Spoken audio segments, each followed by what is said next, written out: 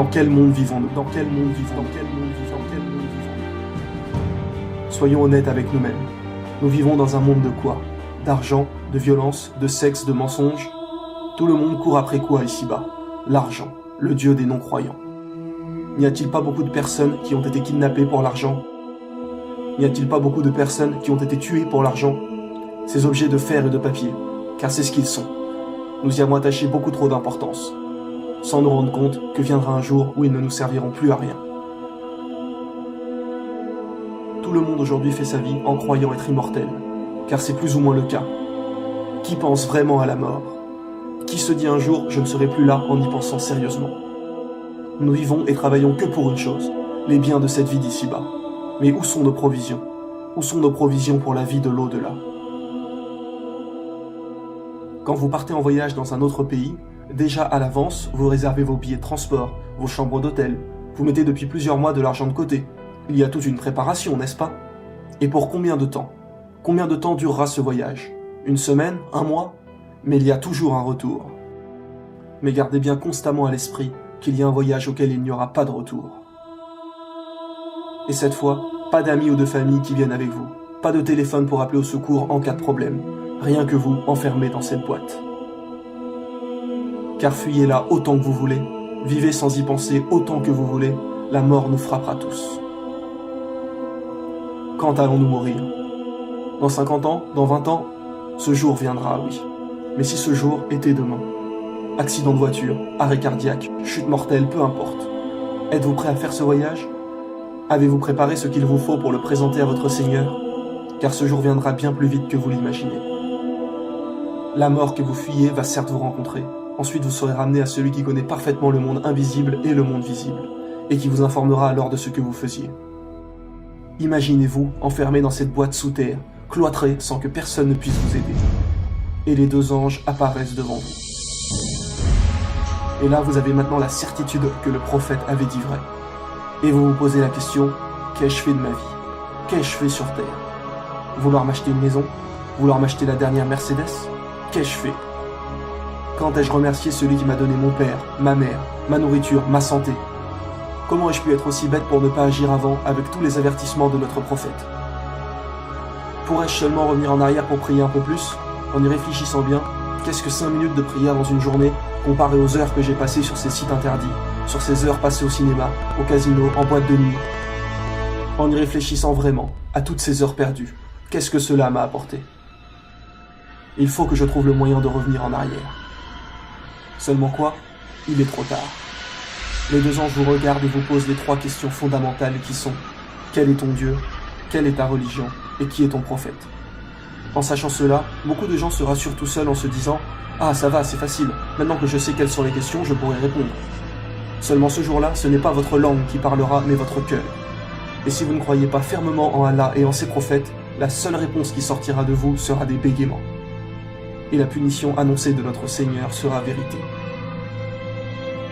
Pour ceux qui auront été pieux, les anges leur ouvriront une porte de l'enfer et leur diront « Voilà ce que vous auriez eu si vous n'aviez pas cru en Allah. » Puis ils leur ouvriront une porte du paradis et leur diront « Voilà ce que sera votre récompense pour avoir été pieux sur terre. » Et pour ceux qui n'ont pas cru, les anges leur ouvriront une porte du paradis et leur diront « Voilà ce que vous auriez eu si vous aviez cru en Allah. » Puis ils ouvriront une porte de l'enfer et diront « Voilà votre destination pour votre médisance. »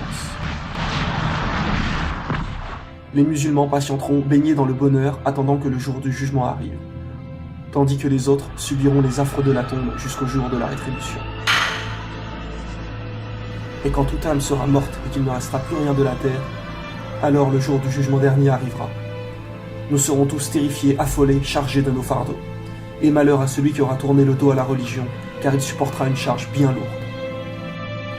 Allah nous dit en parlant des non-croyants qui ne pensent qu'au bien d'ici-bas, ces gens-là aiment cette vie éphémère et laissent derrière eux un jour bien lourd, le jour du jugement dernier. Car inévitablement, toute âme se présentera devant Allah et répondra de ce qu'elle a œuvré. C'est pour cela que notre bien-aimé prophète l'a répété 2 fois dans son dernier sermon. Il nous a dit « Souvenez-vous, un jour vous vous présenterez devant Dieu et vous répondrez de vos actes. » Et ça y est, ce moment arrive. Imaginez-vous tous ces moments où nous avons pensé à Dieu, à comment cela allait être, à ces moments de doute, d'hésitation. Et ça y est, Allah est devant nous. Plus de doute, nous le voyons avec l'œil de la certitude. Et vous savez que devant toute la création, vos actes vont être révélés. Toutes les choses abominables que vous avez commises en secret seront mises à jour. Pensiez-vous vraiment que personne ne vous regardait? Certes, Allah est parfaitement connaisseur de ce que vous faites. Il sait ce que vous cachez ainsi que ce que vous divulguez. Ce jour-là, nous serons tous réunis, personne ne se reconnaîtra. Les gens s'interrogeront entre eux, et alors viendra la balance avec vos livres et la pesée de vos actions. Car tout au long de votre vie sur terre, 2 anges ont inscrit chaque fait et geste que vous avez commis. Et les non-croyants diront alors, « Malheur à nous, qu'est-ce que ce livre qui n'oublie aucun petit ou grand péché ?» Il y aura bon nombre de péchés que vous-même auront oubliés, mais que notre Seigneur, lui, n'oublie pas. Ce jour-là, nul refuge pour vous, et vous ne pourrez point nier vos péchés. Tout se retournera contre vous, votre corps dira ce qu'il a fait, vos proches, qui ne vous reconnaîtront plus, diront ce que vous leur avez fait. Donc comportez-vous toujours de la manière la plus convenable possible avec les autres. Notre bien-aimé prophète a dit, « Ne blessez personne afin que personne ne puisse vous blesser. » Celui qui aura fait le poids d'un atome de mal le verra, et celui qui aura fait le poids d'un atome de bien le verra également. Et celui dont les bonnes actions pèseront lourd dans la balance, nulle crainte à son sujet. Et celui dont les bonnes actions seront légères, alors malheur à lui, car l'enfer sera sa récompense. Une fois la pesée faite, viendra le passage qui vous mènera à l'enfer ou au paradis, selon ce que vous avez œuvré sur terre. Ce passage se nomme le Sirat.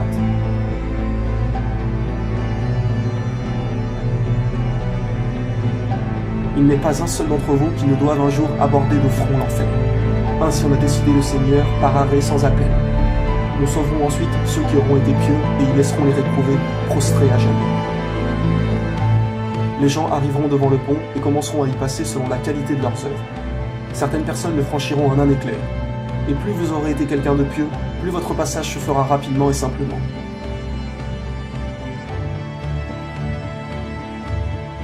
Mais inversement, si vous n'avez pas cru, plus vos mauvaises actions seront nombreuses, plus il vous sera difficile de traverser.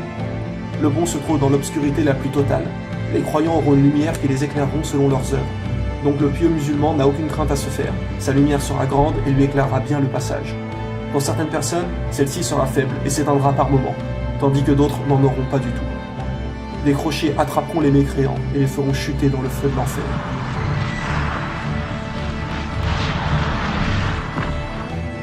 Beaucoup de gens n'ont pas voulu croire, ont crié au mensonge, ont été orgueilleux. Il leur sera dit, entrez en enfer et goûtez au châtiment que vous traitiez de mensonge. Imaginez-vous être en prison pour 20 ans par exemple. Imaginez-vous la souffrance que cela doit être. Pourtant, il n'y a pas de souffrance physique, seulement mentale. Mais en enfer, la souffrance est physique et mentale.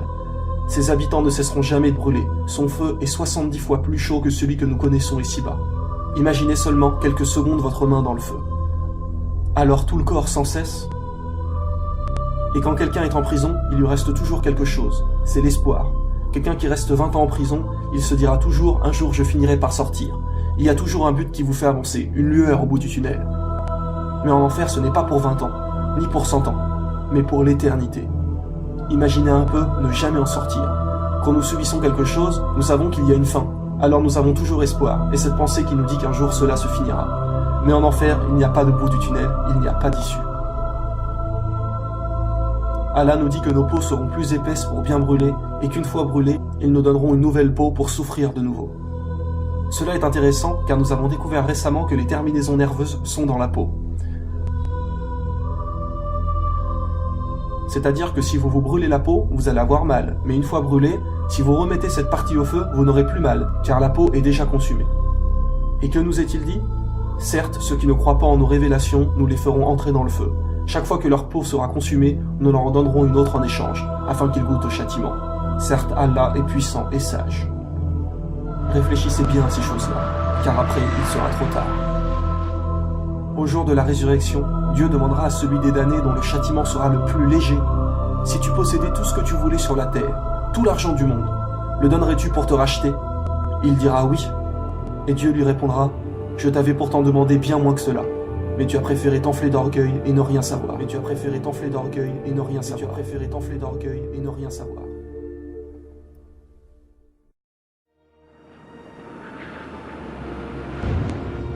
Quant aux croyants, une fois le pont du Sirat franchi, ils se retrouveront avec les prophètes et le dernier Mohammed devant les portes du paradis. Le prophète Mohammed arrivera devant ses portes, et l'ange qui se trouve derrière demandera « Qui est-ce » Et le prophète répondra « C'est moi, Mohammed ». Et l'ange répliquera « J'ai ordre de n'ouvrir qu'à toi, car notre bien-aimé prophète sera le premier à franchir les portes du paradis. » Suivront ensuite tous les autres prophètes. Et sachez bien que certaines portes du paradis sont destinées à ceux qui excellent dans certaines œuvres. Par exemple, il existe les portes du jeûne. Oui, seuls ceux qui ont jeûné pourront y rentrer et savourer les délices qui s'y trouvent. Ce jour-là, on appellera les jeûneurs, et ceux-ci y rentreront. Ensuite, les portes se fermeront, et plus personne ne pourra jamais les franchir. Sachez qu'aux portes du paradis se trouvent 2 sources d'eau. Chaque personne en boira avant d'entrer. La première source vous fera devenir grand et beau, et vous demeurerez tous à l'âge éternel de 33 ans. La deuxième source vous retirera de vous tout mauvais sentiment. La jalousie sortira, l'orgueil, la fierté, le mensonge, la violence, etc. pour ne laisser place qu'au bien. Hâtez-vous vers le pardon de votre Seigneur et vers un jardin large comme les cieux et la terre. Préparez pour ceux qui craignent Allah. Rien que l'odeur du paradis peut se sentir à une distance de 100 années de marche. Imaginez-vous devant ces immenses portes qui s'ouvrent pour vous. Les portes du paradis sont très larges. Une marche de 40 années sépare un battant de l'autre. Et pourtant, ceux qui entreront au paradis seront en si grand nombre que ces passages regorgeront. Vous voilà franchir ces portes, où vous entendrez les anges vous dire « Paix sur vous, entrez au paradis pour y demeurer immortel. Vous ne subirez plus jamais aucune difficulté. » Derrière ces portes, la maladie n'existe plus. Le trop froid n'existe plus, le trop chaud n'existe plus. Vous ne serez plus jamais triste, plus jamais stressé. Vous n'aurez plus jamais mal nulle part, ne serait-ce qu'un fourmillement dans les pieds. Aucun ennui, aucune lassitude. Les gens auront leur domaine à eux, immense. Quoi qu'il arrive, vous ne pourrez jamais être triste et vous obtiendrez tout ce que vous désirez. Allah, notre Seigneur, nous demandera ce que nous voulons. Il nous suffira simplement de demander. La nourriture du paradis ne sera pas la même qu'ici-bas. Tout sera d'un goût les plus parfaits. Des choses que nous ne pouvons même pas imaginer. Lorsque vous rentrerez, on vous sera dit « Voici le jour qui vous a été promis. » Élancez-vous vers le pardon de votre Seigneur et vers un jardin large comme le ciel et la terre, préparé pour ceux qui auront cru en Allah et en ses prophètes. Telle est la grâce d'Allah, il la donne à qui il veut. Allah est le maître de la grâce incommensurable. Allah nous a dit également dans le Coran, et voilà l'énorme succès. Le paradis contient tous les aspects du bonheur spirituel et corporel. Vous y trouverez ce que vous désirez, vous obtiendrez ce que vous demanderez. Voilà la description du paradis qui a été promis aux pieux. Il y aura là des ruisseaux d'une eau jamais malodorante, et des ruisseaux d'un lait au goût inaltérable, et des ruisseaux d'un vin délicieux à boire, ainsi que des ruisseaux d'un miel purifié. Et il y a là pour eux des fruits de toutes sortes, ainsi qu'un pardon de la part de leur Seigneur. Gardez bien en tête qu'il ne s'agit là que d'un minuscule échantillon de ce que vous trouverez au paradis, et que Allah ne nous a dévoilé qu'une infime partie de ce qui s'y trouve. Mais notre Seigneur nous a bien précisé « J'ai préparé pour mes pieux serviteurs ce que nul œil n'a jamais vu, ce que nulle oreille n'a jamais entendu et ce que nul cœur ne peut imaginer. » Ne troquez pas votre vie éternelle pour la vie éphémère. Notre bien-aimé prophète a dit « Au jour du jugement, il y aura 70 000 personnes qui passeront sans épreuve, châtiment ou jugement. Ceux qui auront été les plus pieux. Alors gardez toujours à l'esprit, qu'en est-il des autres? La vérité conduit à la piété, et la piété conduit au paradis.